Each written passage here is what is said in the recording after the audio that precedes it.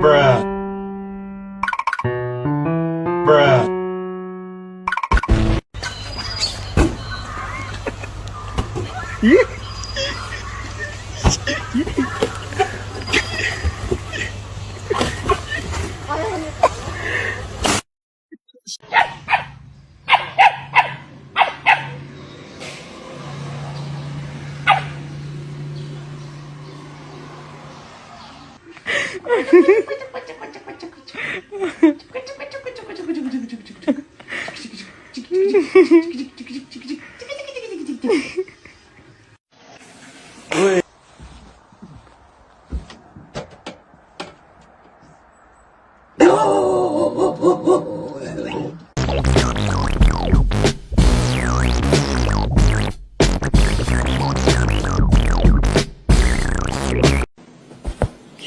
你笑话多万块钱全部都这什么话？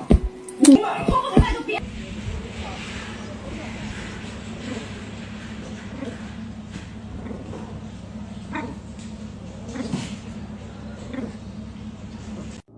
They always said you should think twice. I don't even think once.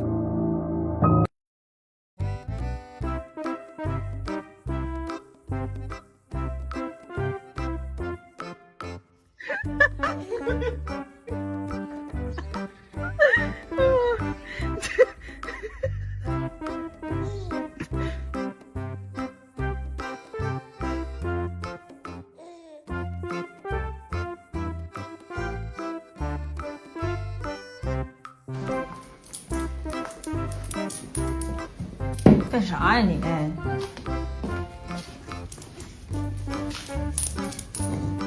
欢欢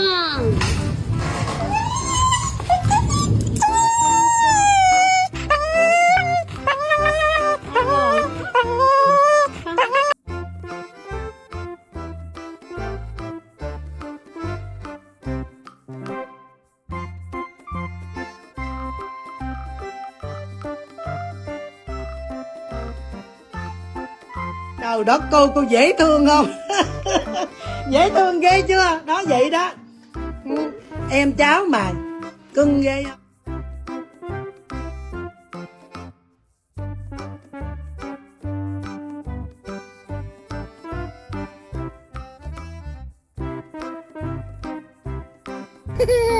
You do that, bro. Oh, see you later. Oh!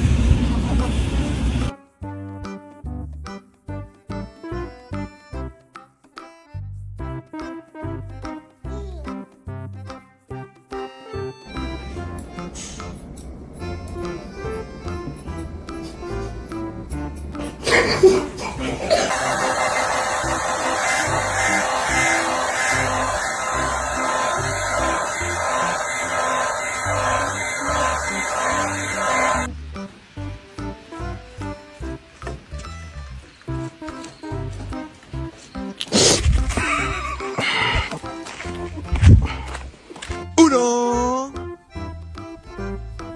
due, prontissimi.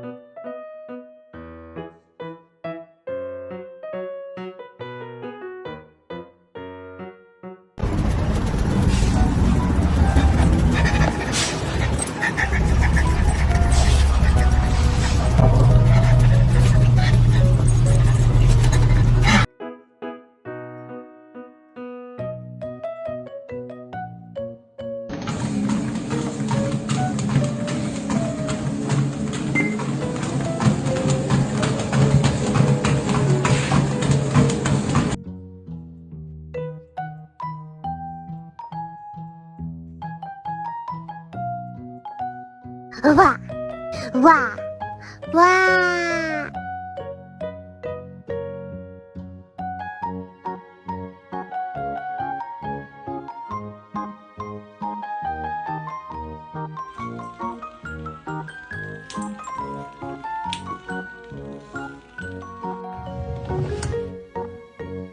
！I'm sorry.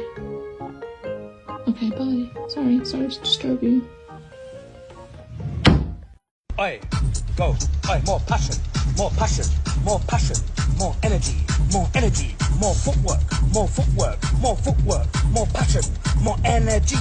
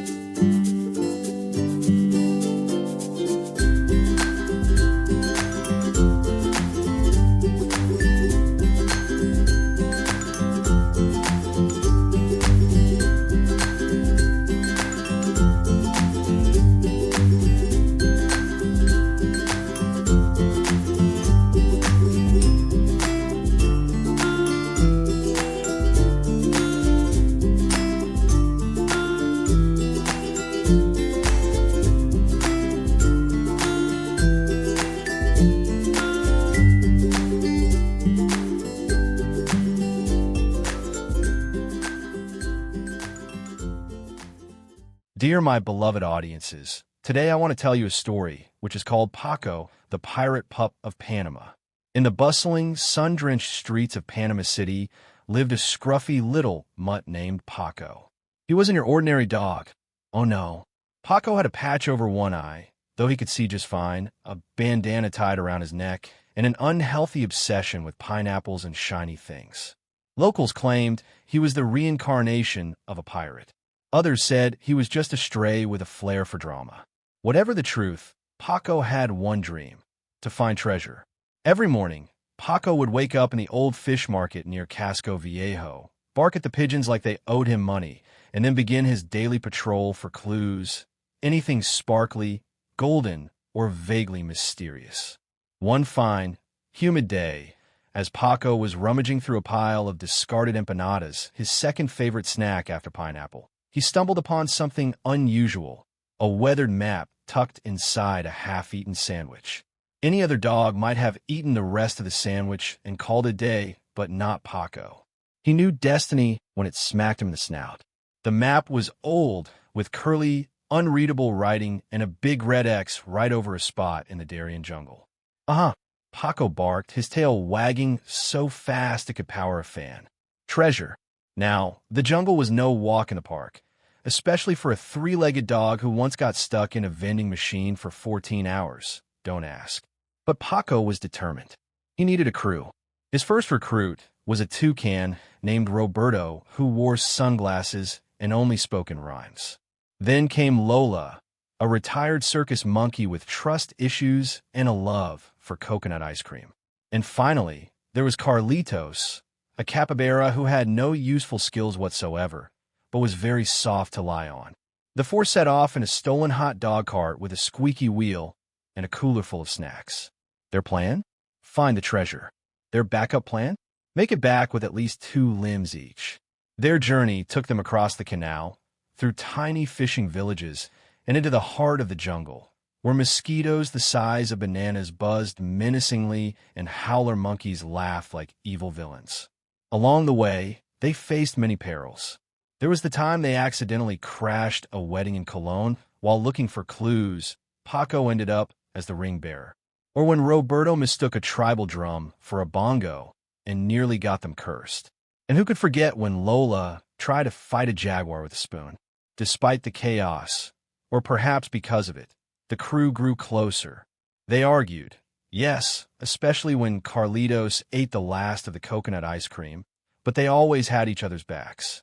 At last, after 3 near-death experiences, 1 really weird salsa competition, and a brief encounter with a goat named Miguel who claimed to be the true heir to the treasure, they arrived at the spot marked on the map. It was a clearing in the jungle, overgrown with vines and guarded by a single old parrot who squawked, "Go away," in Spanish every time someone got close. But Paco was not so easily deterred. He sniffed, he dug, he barked motivational speeches. And finally, thunk, his paw hit something solid. With the others watching anxiously, he unearthed a small wooden chest. His paws trembled with excitement and also mild arthritis. He lifted the lid, and inside, nothing. Well, not nothing. There was a single coin, a shiny gold piece with the face of a smiling dog and the words El Tesoro, es la amistad. The treasure is friendship. The crew stared in silence. Then Carlitos blinked and said, "So, no diamonds?" Roberto muttered a limerick about disappointment. Lola kicked the chest. But Paco, despite it all, grinned. His tongue lolled out and his tail wagged. "We found it," he barked joyfully. "Don't you see? The real treasure was the journey we took, the memories we made, and the fact that no one got eaten by crocodiles." Everyone groaned, but secretly they agreed. As the sun set behind the trees, painting the sky in oranges and pinks, Paco and his misfit crew lay in the clearing, belly full of stolen churros and hearts full of adventure. The map? It got turned into napkins. The coin? Paco wore it proudly around his neck.